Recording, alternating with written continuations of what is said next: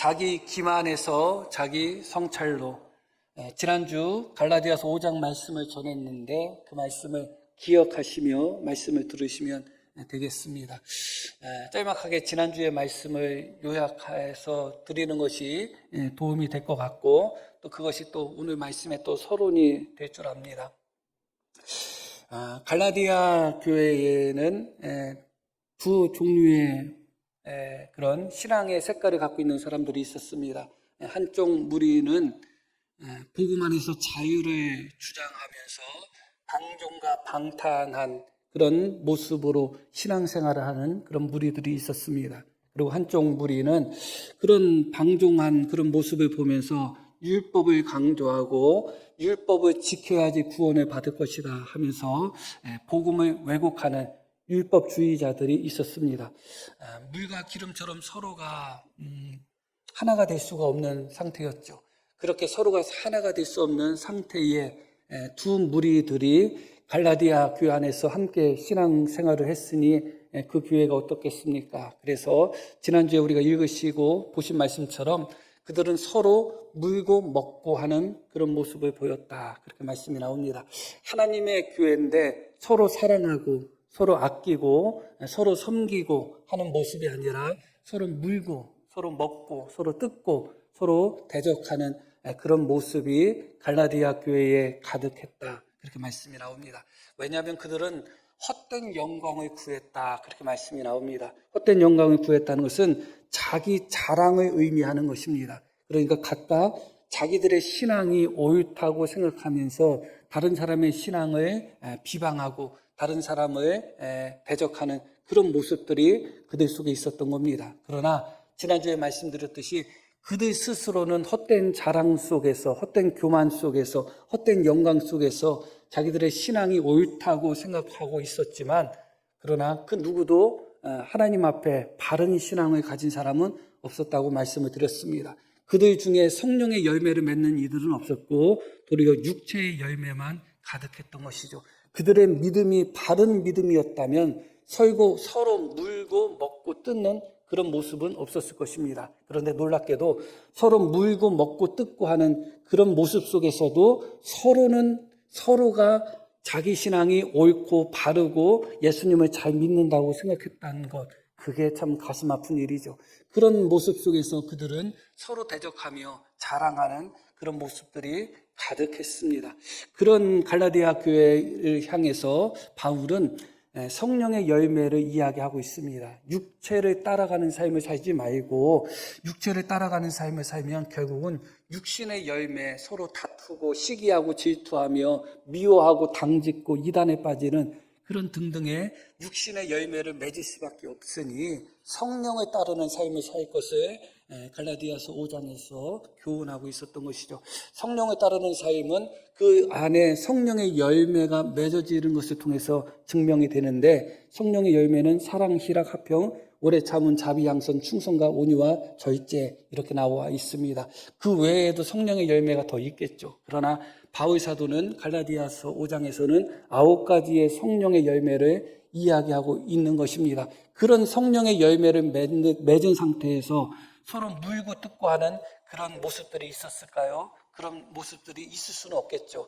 다시 말씀드리면 그들이 서로 물고 뜯고 했다는 것은 그들 중에 성령의 열매를 맺은 이들이 없었다는 것입니다. 육신의 열매를 맺었다는 것이죠. 성령의 열매를 맺은 사람이 없었다는 것은 다르게 말씀드리면 성령을 쫓는 삶을 살지 않았다. 예수님을 믿는다고 하면서 정작 그들은 성령을 따라가는 삶을 살지 않고 성령을 추구하는 삶을 살지 않고 육신의 욕심과 육신의 욕망을 따라가는 삶을 살았다는 것입니다. 사과나무는 사과 열매를 맺게 되어 있고 배나무는 배 열매를 맺게 되어 있습니다. 예수님을 믿는 사람들은 다 성령을 받았습니다. 그런데 놀랍게도 사과나무는 사과를 자연스럽게 맺습니다. 노력할 필요도 없습니다. 그냥 자연스럽게 맺죠.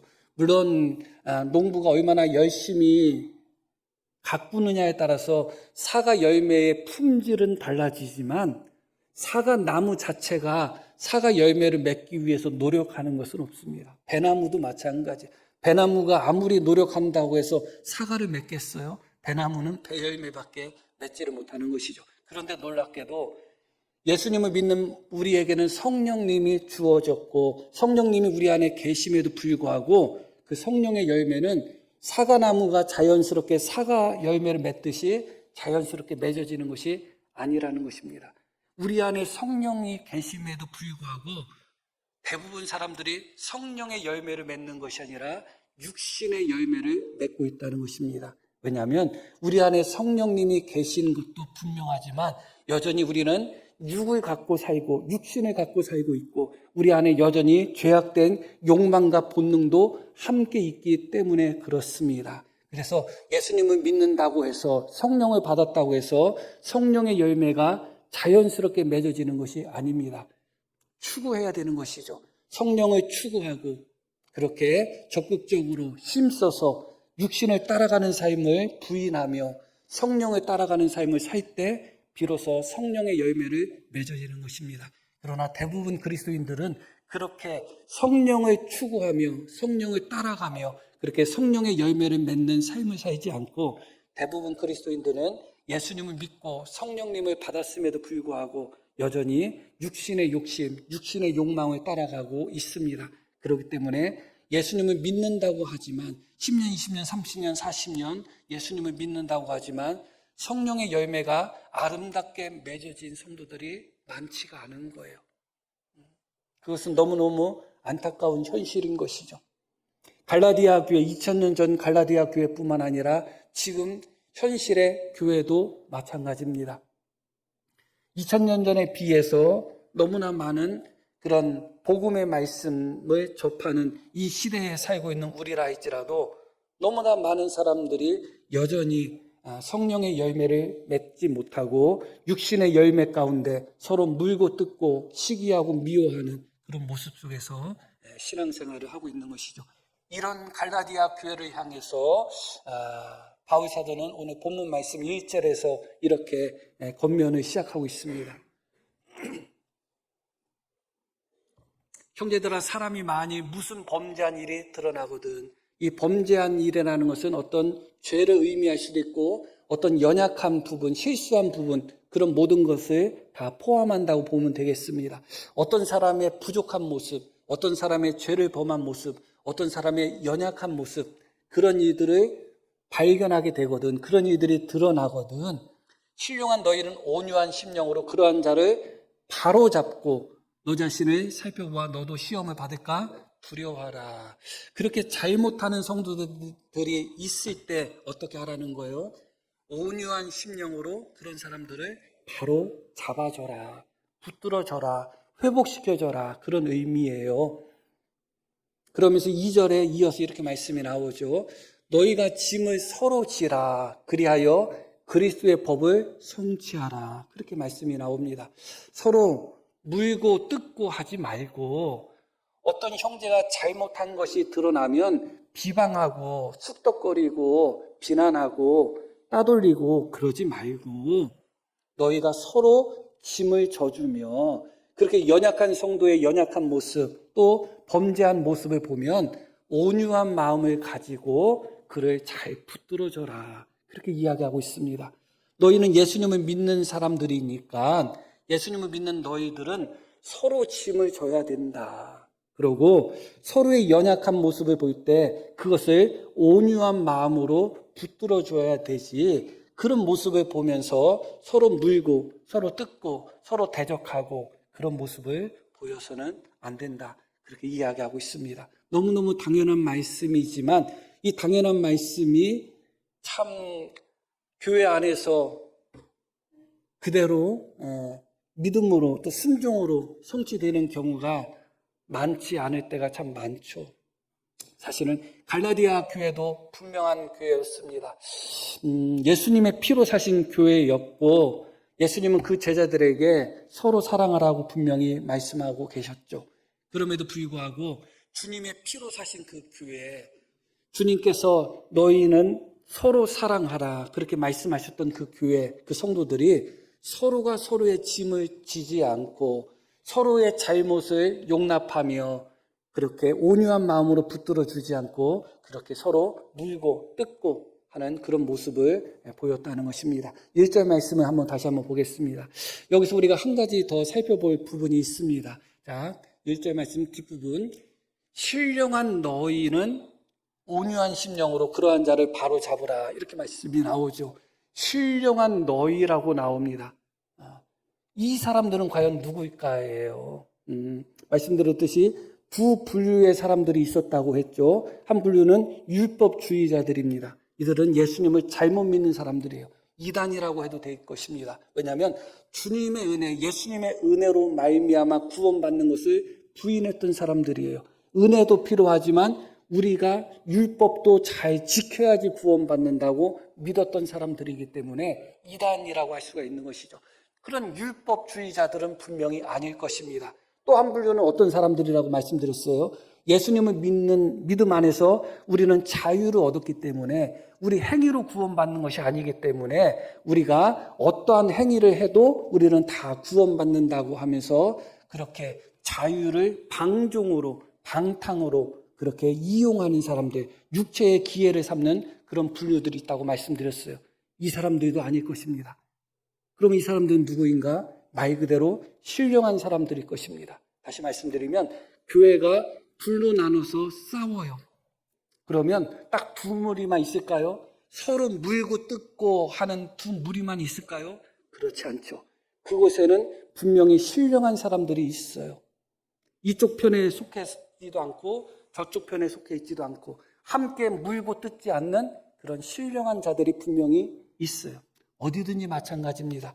사대교회와 같은 그런 교회도 그 옷을 더럽히지 않는 자들이 몇 명은 있는 거예요. 어느 교회든 마찬가지입니다. 아무리 타락한 교회처럼 보이고 아무리 교회가 아닌 것처럼 보인다 할지라도 옷을 더럽히지 않은 자, 신령한 자들이 언제나 남아 있습니다. 그것이 바로 남은 자이고 그것이 바로 구루터기입니다. 이사야에서 우리 하나님은 분명히 구루터기에 대한 교훈을 분명히 하셨죠. 나무가 다 배임을 당해서 아무것도 남은 것 같지 않다 할지라도 구루터기는 반드시 있는 겁니다. 하나님이 남긴 자는 있는 것입니다. 엘리야 시대에도 하나님은 엘리야에게 분명히 말씀하셨습니다. 엘리야는 이야기합니다. 나 혼자만 남았습니다. 그게 엘리야의 생각이었어요. 그러나 하나님은 뭐라고 말씀하셔요? 바알에게 입 맞추지도 않고 무릎 꿇지도 않은 7,000명이 있다. 너 혼자만 남았던 것이 아니다. 7,000명이 있다. 언제나 하나님은 그렇게 남은 자를 예비하시는 분입니다. 갈라디아 교회는 없었을까요? 당연히 있었겠죠. 율법주의에 빠져서 우리는 율법을 지켜야지 구원받아 외치는 사람들이 있었고, 우리는 주님 안에서 믿음으로 구원받았으니까 우리 마음대로 살아도 돼 하면서 방탕한 삶을 사는 사람들이 있었습니다. 그들이 서로 물고 뜯고 했죠. 그러나 그들 사이에 신령한 사람들이 있었습니다. 그 신령한 사람들의 숫자가 어느 정도인가, 비율이 어느 정도인가에 따라서 교회 성격이 결정되는 것이죠. 소돔과 고모라 성에 의인이 10명은 없었습니다. 그러나 의인 1명은 없었나요? 성경에는 롯을 의인으로 표현하고 있습니다. 우리가 생각할 때 롯이 의인인가? 의인 맞습니다. 중요한 것은 무엇이냐? 소돔과 고모라 성에 의인이 하나도 없었다는 것이 아닙니다. 너무너무 적게 있었다는 것. 그러니까 소돔과 고모라 성은 무너질 수밖에 없는 것이죠. 갈라디아 교회도 마찬가지입니다. 신령한 사람들이 과연 몇 명이나 있었을까? 우리가 이야기할 수는 없겠습니다. 그러나 중요한 것은 신령한 자들이 분명히 있었다. 그런데 그들을 향하여 바울이 무엇이라고 이야기하냐면 신령한 너희는 예수님을 잘 믿고 있는 너희는 온유한 심령으로, 이 온유는 성령의 열매죠. 신령하다는 것은 영적인 자라는 의미예요. 성령에 속한 자라는 의미예요. 온유한 심령으로, 온유한 마음으로, 온유한 영으로 그런 자를 어떻게 하라고요? 바로 잡으라고 하고 있습니다. 이 교훈이 왜 주어졌는가? 신령한 자들이 그렇게 서로 물고 뜯는 그들의 모습을 보면서 온유한 마음으로 그들의 잘못된 믿음을 잘 바로 잡아 주어야 되는데 그렇게 했다는 거요? 안 했다는 거요? 그렇게 하지 못했다는 거예요. 그게 갈라디아 교회의 가장 비극 중에 하나인 것입니다. 신령한 자가 없지는 않았어요. 있었어요. 그런데 신령한 자들이 온유한 심령으로 그렇게 하나님을 잘못 믿는 자들을 좀 붙들어줘야 되는데 그러지를 못했어요. 2절 말씀처럼 서로가 서로의 짐을 그렇게 지어주는 모습을 보였어야 되는데 그러지 못했습니다. 왜 그런가? 이 신령한 자들은 분명히 그들 안에 신앙생활을 하면서 마치 의인 롯이 소돔성에서 날마다 그들의 행실을 봄으로 말미암아 자기 심령이 상한 것처럼 이 신령한 이 사람들도 서로 물고 뜯는 교회에서 함께 신앙생활을 하다 보니까 아마 이들의 마음도 상했던 것 같습니다. 그래서 이들의 모습을 9절에서 잘 표현하고 있습니다. 9절 말씀 보겠습니다. 우리가 선을 행하되 낙심하지 말지니 포기하지 아니하면 때가 이름에 거두리라. 이 말씀이 또 왜 주어졌을까요? 그렇게 선을 행하면서 그것으로 인하여 낙심한 사람들이 많이 생겼다는 것입니다. 포기하지 아니하면 때가 이름에 거둘 것이다. 포기한 사람들이 많다는 겁니다. 누굴까요? 여기 해당되는 대상들이 바로 신령한 사람들인 것입니다. 잘못 예수님을 믿고 그런 잘못된 신앙 속에서 서로 미워하고 서로 대적하고 서로 원수되고 서로 싸우는 그들의 모습을 보면서 신령한 사람들이 처음부터 침묵하고 있었을까요? 가만히 있었을까요? 그러지 않았겠죠. 그 교회를 위해서, 교회가 회복되는 것을 위해서 하나님께 열심히 기도도 했겠죠. 교회가 회복되기를 바라면서 신앙생활을 잘못하며 서로 물고 뜯는 자들을 향하여 어떻게든지 그들을 바로잡으려고 노력을 했을 것입니다. 당연하죠. 어디든지 마찬가지입니다. 그런데 그게 잘 되지를 않는 거예요. 그러다 보면 어떻게 되는 거예요? 낙심하게 되는 거죠. 포기하게 되는 것이죠. 해도 안 된다는 생각이 드는 겁니다. 저 사람들은 안 변하겠구나. 그렇게 되는 것이죠. 만약에 우리가 신령한 사람이라고 한번 생각해 보시기를 바랍니다. 그리고 우리 교회가 둘로 나눠서 그렇게 서로 옳다 하면서 서로 날마다 싸워요. 처음에는 어떻게 하겠어요? 교회를 위해서 기도하며 어떻게든지 문제를 해결하고 어떻게든지 갈등을 봉합하며 그렇게 하나 되도록 그렇게 소금처럼 비처럼 그런 노력을 하겠죠. 왜냐하면 신령한 자들이니까. 그런데 한 달, 두 달, 1년, 2년 변하지 않아요. 싸움은 점점 더 심해지고 서로 잘났다고 하고 있고 서로 자기가 옳다고 하면서 자기 믿음이 더 좋은 믿음이라고 하면서 말도 듣지도 않고 그렇게 교만함 속에서 계속해서 싸우고 있는 것입니다. 끝까지 신령한 자로서 끝까지 온유한 마음으로 그들을 붙들어주며 낙심하지 않고 포기하지 않고 끝까지 교회의 회복을 위해서 그렇게 걸어나갈 수 있는 자신이 있으신가요? 어려운 얘기입니다. 그래서 더 슬프고 더 마음이 아픈 것입니다. 갈라디아 교회는 어떤 교회인가? 신령한 자들이 낙심할 수밖에 없는 그런 교회예요. 신령한 자들이 도리어 더 신령해지고 신령한 자들이 더 기쁨으로 신앙생활 할 수 있는 교회가 좋은 교회지, 믿음을 지키며 살려고 하고 있고 성령 안에서 살려고 하며 그렇게 신령한 삶을 살려고 하는 자들이 오히려 낙심하게 되고 오히려 절망하게 되고 오히려 포기하게 되는 교회는 소망이 있다고 할 수가 없는 거죠. 지금 그런 상태로 있는 것입니다. 그래서 이 신령한 사람들의 문제는 타락이 아니었습니다. 낙심이었습니다. 낭망이었습니다. 포기였습니다. 해도 안 된다는 생각이 드는 것이죠. 그러면 그때부터는 어떻게 되는가? 교회 생활을 하면서 그냥 내 신앙이나 잘 지켜야지, 내 신앙이나 잘 지켜야지 하는 마음이 드는 겁니다. 온유한 마음으로 그렇게 잘못된 자를 붙잡아 주고자 하는 마음이 이미 사라지게 되는 것이죠. 낙심하고 포기하기 때문에 그렇습니다. 그냥 내 신앙이나 지켜야지, 뭐 그냥 나나 신앙생활 잘하면 되겠지 하면서 그런 교회의 문제라든가 어려움이라든가 그런 부분에 있어서 한 발짝 물러나서 그냥 구경꾼처럼, 그냥 지켜보는 사람처럼, 관전자처럼 그렇게 변해버리는 것입니다.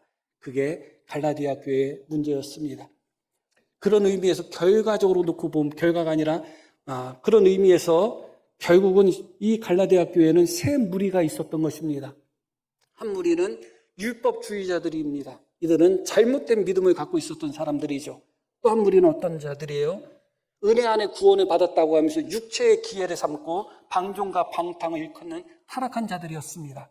또 한 무리는 어떤 무리인가? 신령한 자들이지만 낙심한 사람들이었습니다. 신령한 자들이었지만 포기한 사람들이었습니다. 신령한 자들이지만 그들의 의로운 마음이 상처받은 사람들이었습니다. 그런 세 종류의 사람들이 갈라디아 교회에 있었던 것입니다. 어느 부분을 보아도 회복할 수 있는 가능성이 거의 없는 상태라고 할 수가 있겠죠. 그러나 세 분류의 사람들이 있다 할지라도 지난주 드렸던 말씀에서도 두 종류에 대한 부분들을 이야기하면서 율법주의자들과 또 믿음 안에서 복음 안에서 자유를 외치며 방종하게 사는 사람들, 결국은 그들 둘 다 육신에 쫓는 삶을 사는 데 있어서는 공통됐다는 말씀을 전했어요. 서로 자기들이 믿음이 좋다고 했지만 둘 다 육신을 쫓는 삶을 살았지 성령을 쫓는 삶을 살지는 않았어요. 그 부분에 있어서는 서로 부정적인 의미에서 공통된 부분들이 있었습니다. 그런데 오늘 말씀 속에서는 신령한 사람들, 그러나 낙심하고 신령하지만 포기한 사람들, 그들과 앞서 말씀드렸던 두 분류의 사람들, 이 세 분류가 공통적인 그런 부분들이 있어요. 왜 서로 물고 뜯고 그런 모습을 보였을까? 왜 서로가 서로의 짐을 져주지 못하고, 왜 서로가 서로를 보면서 잘못된 부분이 있으면 온유한 심령으로 바로 잡아주지 않고, 왜 서로가 서로를 비난하고 미워하고 그런 모습들이 가득했을까? 세 분류의 사람들에게 있어서 공통된 부분이 있습니다. 그것은 무엇인가? 3절 말씀 한번 보겠습니다. 만일 누가 아무것도 되지 못하고 된 줄로 생각하면 스스로 속임이라. 아무것도 되지 못하고 된 줄로 생각하면 스스로 속입니다. 스스로 자기를 속이는 것을 자기 기만이라고 표현을 하죠. 근데 이 기만은 어디서 나온 기만인가? 교만에서 나온 기만이에요. 가장 무서운 것이 교만에서 나온 기만이에요. 자신이 무엇이라도 된 것 같은 교만에서 나오는 기만. 말씀드렸듯이 신령한 사람들도 결국은 낙심하고 포기하고 있었습니다. 온유한 심령으로 바로잡아야 되는 그 일을 감당하지 못하고 있었어요. 신령한 사람들도 역시 이유가 어떻게 됐던, 원인이 어떻게 되었던 그들도 온전한 신령한 모습으로 신앙생활을 못하고 있는 것은 분명해요. 그런데 말씀드렸듯이 세 분류의 모든 사람들이 다 자기가 무엇이라도 된 것처럼, 자기들의 믿음이 그래도 성숙한 것처럼, 자기들이 신앙적으로 무엇을 이룬 것처럼 그렇게 스스로 교만함 속에서 자기 기만에 빠졌다는 것입니다. 자기 기만은 자기가 자기를 속이는 거예요. 자기는 아무것도 아니야, 신앙적으로. 그런데 자기가 마치 대단한 신앙을 갖고 있는 것처럼 다 그런 생각을 갖고 있는 거예요. 율법주의에 빠진 자들도 자기들이 마치 하나님의 말씀을 철저하게 순종하는 정말 제대로 된 신앙을 갖고 있는 것처럼 생각하며 다른 이들을 비난하고 대적하는 그런 모습을 보였죠. 복음 안에서 방종한 삶을 사는 자들도 우리는 복음 안에서 자유를 누려, 그런데 저것들은 율법주의로다가 완전 율법의 종로로 타네 하면서 마치 자기들의 신앙이 대단한 것처럼 스스로 속았던 것입니다. 그리고 신령한 자들은 지금 현재 낙심하고 있고, 지금 현재 교회가 그런 큰 문제가 있음에도 불구하고 그냥 포기하고 그냥 관전자처럼 온유한 심령으로 그들을 바로 잡을 생각도 안 하고 가만히 있으면서도 자기들은 제대로 된 믿음을 갖고 있다고 스스로 그렇게 교만한 마음을 품고 있었죠. 이게 바로 교만에서 나오는 자기 기만이에요. 너무너무 많은 성도들이 교만에서 나오는 자기 기만에 빠져 있습니다. 자기가 예수님 잘 믿는 줄 알아요. 자기 신앙이 괜찮은 줄 알아요. 그래도 다른 성도 보면 내가 그래도 아무개 성도들보다 내가 나은 것 같아요. 다른 집사들 보면 내가 아무개 집사 그런 사람들보다 내가 더 좋은 것 같아. 믿음이.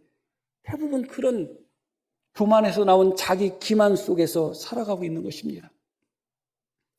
그렇기 때문에 바울 사도는 7절 말씀도 기만에 대한 부분이 나오는데 한번 7절 말씀 한 절 더 볼게요.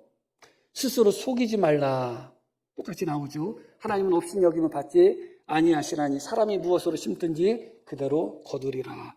스스로 속이지 말라는 말씀이 2번 나오고 있습니다. 자기 기만에 빠지지 말라는 거예요. 자기 기만에 빠지지 않기 위해서 우리에게 주어지는 치료 방법이 있습니다. 그것은 바로 1절 말씀 한번 보겠습니다. 형제들아, 사람이 많이 무슨 범죄한 일이 드러나거든 신령한 너희는 온유한 심령으로 그러한 자를 바로잡고, 자, 한번 같이 한번 읽을게요. 너 자신을 살펴보아 너도 시험을 받을까 두려워하라. 너 자신을 어떻게 하라? 살펴보라. 4절 말씀도 한번 보겠습니다. 함께 읽습니다. 각각 자기의 일을 살피라. 그리하면 자랑할 것이 자기에게는 있어도 남에게는 있지 아니하리니. 그리하면 자랑할 것이 자기에게는 있어도 이들은 서로 자기 신앙을 자랑하고 있었던 거예요.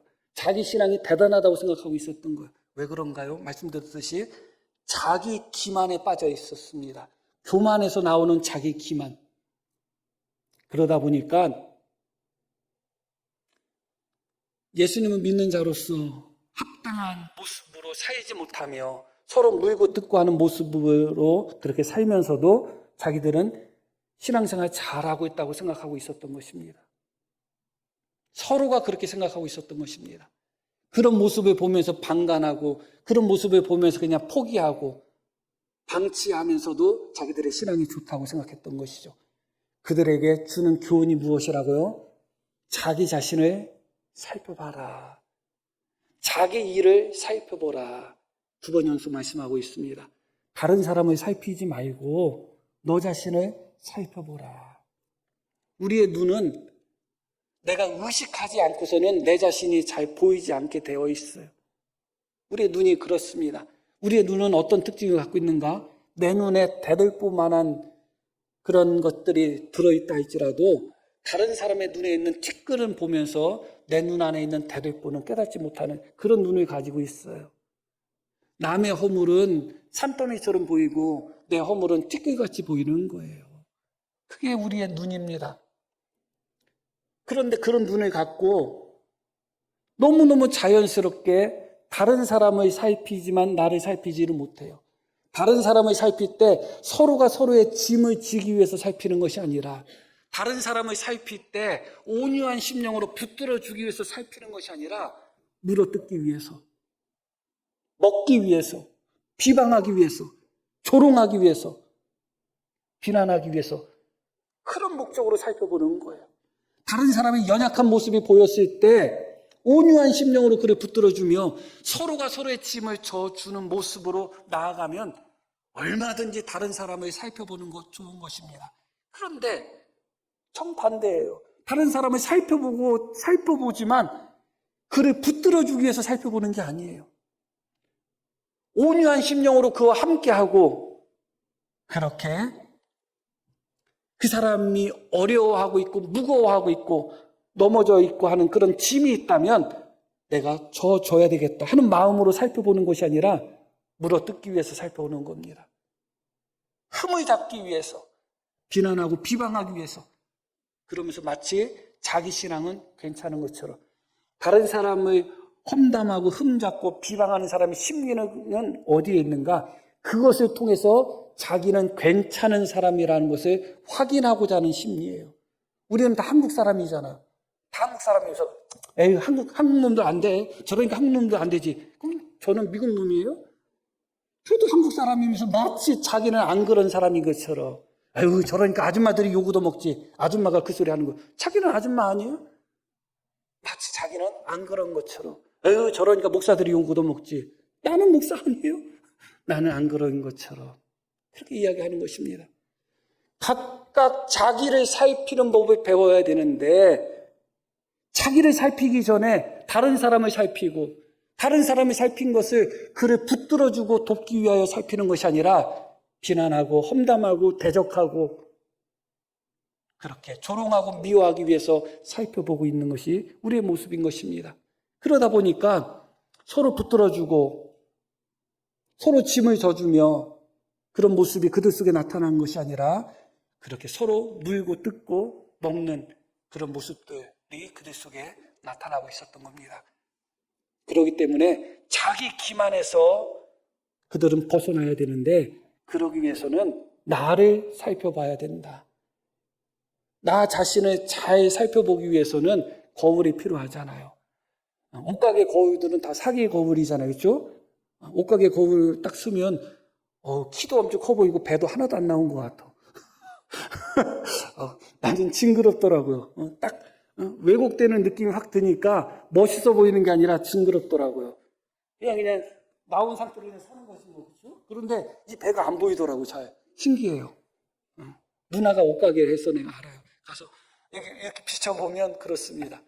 그리고 서로 그냥 형제들 모이면 이제 누나 집에 모이면 이제 세 자매니까 여자 3명이 있으니까 옷 하나씩 이렇게 또 거기서 또 사 입기도 하고 하는데 그 거울 보면서 서로 이쁘다고 하고 있고 네, 그렇습니다.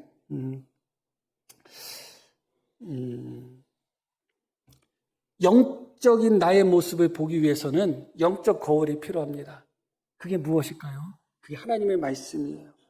하나님의 말씀이라는 영적 거울에 자꾸 나를 비춰보고 또 비춰봐야 됩니다. 그렇게 나를 또 살피고 또 살필 때 자기 기만에 빠지지 않아요. 나를 살피지 않으면 자기 기만으로 인한 교만에 빠져버립니다. 내가 괜찮은 신앙인 것처럼 내가 예수님 잘 믿는 것처럼 스스로 그렇게 교만하며 그 교만 속에서 서로 물고 뜯는 모습이 나타날 수밖에 없어요. 그러나 나를 살피게 되면 내가 어떠한 사람이라는 것을 알게 되면 나의 영적 실체를 발견하게 되면 누구를 향하여 손가락질하던 손이 오므라들게 되어 있어요. 손가락질하던 그 손이 부끄럽게 느껴지거든요. 누구를 향하여 나무라던 그 입술이 부끄럽게 느껴지거든요. 내 자신을 살피면 그렇습니다. 물어 뜯으려고 하다가도 내 허물이 훨씬 더 많음을 깨달아서 물어 뜯지를 못하는 것입니다. 목사야도 마찬가지예요. 어떤 분은 제가 설교를 강하게 한다고 이야기하는 분도 있고 어떤 분은 그렇지 않다고 하는 분도 있는데 저 엄청 부드럽게 하는 거예요. 느끼실지 안 느끼실지 모르지만 단지 그냥 최대한 말씀을 있는 대로 말씀대로 전할 뿐이지 그러면서도 아주 부드럽게 말씀 전하는 거예요. 왜냐하면 목사로서 성도를 뜯을 만한 그런 깨끗함, 거룩함, 신령함이 없거든요. 목사로서 당당하면 아마 성도님들을 제가 조금 더 물어 뜯었을 가능성이 있습니다. 그런데 물어 뜯고 싶어도 물어 뜯을 만한 그런 당당함이 없어요. 내가 잘났다고 느껴져야지. 내가 신앙생활 잘한다고 느껴져야지. 내가 목사로서 부족함이 없다고 느껴져야지 좀 성도를 물어 뜯을 수 있는데 내 허물이 더 큰데 내가 더 부족한데 어찌 성도를 물어 뜯을 수 있겠어요? 자기를 살피는 것이 그래서 그만큼 중요합니다. 누구든지 자기를 살피면 자랑할 것이 자기에게는 혹시 있을지 몰라도 남에게는 없다는 것이 무슨 의미인가? 그 누구도 교만해질 수 없다는 거예요. 교만하지 않으면 싸움도 일어나지 않습니다. 교만하지 않으면 서로 비난하고 물고 뜯고 하는 일이 일어나지 않아요. 교만 속에서 일어나는 것입니다. 나는 옳고 너는 틀렸다는 교만 속에서 일어나는 것이고 그런 교만, 그런 자기 기만에서 나오는 그런 교만 그것은 자기를 살피지 않는 데서부터 시작이 되는 것이다. 그래서 신앙생활이라는 것은 결국은 나를 살피는 법을 배우는 거예요. 왜 말씀을 듣는가? 이 말씀을 통해서 이 순간도 성도님들은 말씀이라는 거울, 목사가 통해서 선포하는 이 말씀이라는 거울을 통해서 성도님들을 살펴봐야 되는 것입니다. 그런데 여기서 이렇게 말씀이 나오죠. 각각 자기의 무엇을 살피라고 나오죠? 일을 살피라고 하죠. 이를 살피란 얘기는 행위를 살피란 얘기입니다. 이미 영적 기만 속에서 스스로가 스스로를 속이고 있는 상태에 있었기 때문에 자기 마음을 살펴서는 답이 없어요. 자기 마음 자체가 이미 속아 넘어갔거든요. 자기 마음을 살피지 말고 무엇을 살펴라? 일을 살펴라. 자기의 행위를 살피라는 것입니다. 내 마음 그만 살펴보고, 내 마음을 살펴보면 난 괜찮은 사람이잖아요. 내 마음을 살펴보면 난 그래도 착한 사람이잖아요. 내 마음을 살펴보면 그래도 나는 정직한 사람이고 최선을 다하려고 하는 사람이잖아요. 그런데 내 마음은 그런데 왜 내 행위는 그렇지 않을까요? 나를 살펴본다는 것은 내 행위를 살펴보는 것입니다. 내가 지금 물어뜯고 있는 삶을 살고 있는가? 아니면 온유한 심령으로 붙들고 있는가? 온유한 심령으로 잘못한 자를 내가 붙들고 있다면 나는 성령에 속한 사람이 되고, 물어뜯고 있다면 내 마음은 아무리 괜찮아 보이고 내 마음은 아무리 착해 보여도 나는 지금 육적인 삶을 살고 있고 잘못 예수님을 믿고 있는 거예요. 다른 걸 살펴보지 마시길 바랍니다. 다른 성도를 살펴볼 때 우리는 무엇을 살펴봐요? 그 성도의 마음을 살펴봐요? 그렇지 않습니다. 그 성도의 마음을 우리가 얼만큼 알겠어요? 그 성도의 행위를 살펴보는 겁니다. 그 사람이 어떤 말을 하는지, 어떤 행동을 하는지, 어떻게 신앙생활을 하는지 그것을 살펴보는 거예요. 나를 살펴볼 때도 마찬가지입니다.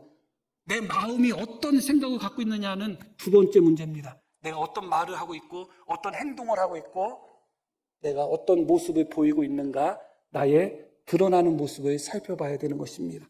그래야지 자기 기만에 빠지지 않아요. 결론적인 말씀을 드리겠습니다. 10절 말씀을 보겠습니다. 그러므로 우리는 기에 있는 대로, 그러므로 이렇게 말씀이 나온다는 것은 결론적인 의미라는 거예요. 그러므로 우리는 기에 있는 대로 모든 이에게 어떻게 하라? 착한 일을 하되 더욱 믿음의 가정들에게 할지니라. 이게 결론이라는 것이 놀랍죠. 왜 놀라운가요? 갈라디아에서는 오직 믿음으로 구원받는다는 진리를 우리에게 가르쳐주고 있습니다. 그런데 믿음으로 구원받는다는 진리를 외치는 갈라디아서에서 너무나 놀랍게도 지혜 있는 대로 모든 사람에게 착한 일을 하되 더욱 믿음의 가정에게 착한 일을 하라. 이게 결론이에요. 너무나 놀랍죠. 이게 성령을 쫓아 사는 삶이라는 것입니다. 성령을 쫓아 산다고 할 때, 믿음으로 산다고 할 때 우리가 살펴봐야 되는 우리의 행위가 무엇인가? 물고 뜯는 모습으로 살고 있는가? 아니면 서로 짐을 지며 서로 붙들어주며 그렇게 착한 행실을 서로에게 행하는 모습으로 살고 있는가? 그것이 중요한 것입니다. 그래서 이 말씀이 우리에게 결론적으로 주어지는 것이고, 이 말씀의 10절 뒷부분에 뭐라고 나와요? 더욱 믿음의 가정들에게 어떻게 하라? 그렇게 하라. 믿음의 가정들에게 착한 일을 더 해라. 그렇게 말씀하고 있습니다. 갈라디아 교회는 예수님을 믿는 공동체였습니다. 그럼에도 불구하고 서로 물고 뜯는 모습을 보이고 있습니다. 그들에게 바울은 결론적으로 이야기합니다. 지혜 있는 대로 착한 일을 해야 된다. 그런데 더욱 예수님을 믿는 너희 안에서 예수님을 믿는 사람들에게는 더 많이 서로가 서로에게 착한 일을 해야 된다. 그렇게 이야기하고 있습니다. 우리 모든 성도님들이 서로가 서로에게 좋은 성도, 좋은 이웃, 좋은 사람이 되어서 서로가 서로에게 착한 일을 하고 서로가 서로의 짐을 지며 그렇게 함께 나아갈 수 있는 모든 성도님 되기를 축복합니다.